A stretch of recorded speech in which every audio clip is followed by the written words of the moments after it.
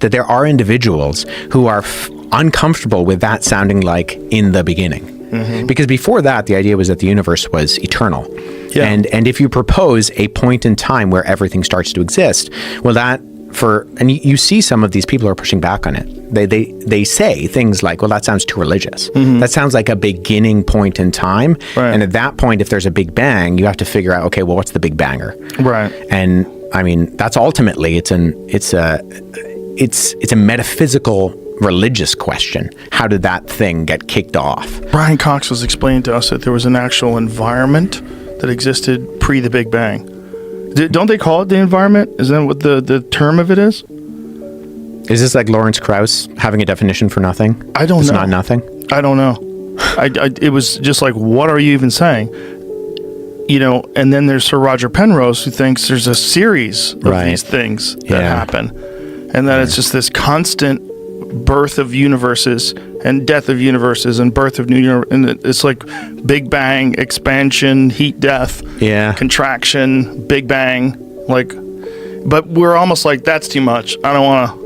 I can kind of wrap my head around 14 billion years. I can't wrap my head around eternity. In theology, it's often described as the difference between understanding and comprehension, which my wife tells me are synonyms, and that's nonsense. But the idea is like, you can understand eternity as a long point in time. Right. You can't comprehend it. It's like numbers. Yeah. You can understand how many zeros are in 14 billion years. How much water's in the ocean. Right. I can comprehend, like, it's like, that's a lot of water. Yeah. But when you start talking about like tens of thousands of gallons, I'm like, lost me. Yeah, I don't really know what that looks like. I kind of do. My brain's not set up for that. Yeah.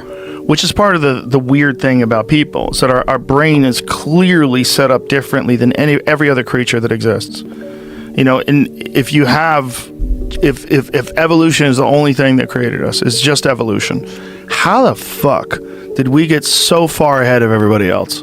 Yeah. I mean, not even just, and we're the doughiest, like weakest, softest, but also the smartest. Like, we gave up that. That was the trade-off. And somehow or another, by evolving into this particular form, we figured out a way to uniquely change the environment in ways that no other creature has even come close to. Yeah. It's interesting to me that there are certain things that we think of in terms of like unexplained phenomena that we'll accept because we have some sort of a scientific definition of what this unexplained phenomena is, like the Big Bang. I mean, and you can say that there's theories. It's not completely unexplained. They kind of get it, but you kind of don't. Something that's smaller than the head of a pin that becomes the entire universe that we say is pretty fucking crazy. Yeah. You know, and just to say that just happened, and you don't really, I know you don't want to say you don't know, but you really don't know. There's no way you could know. It's not really possible to know. There's no like working theory where you can convince me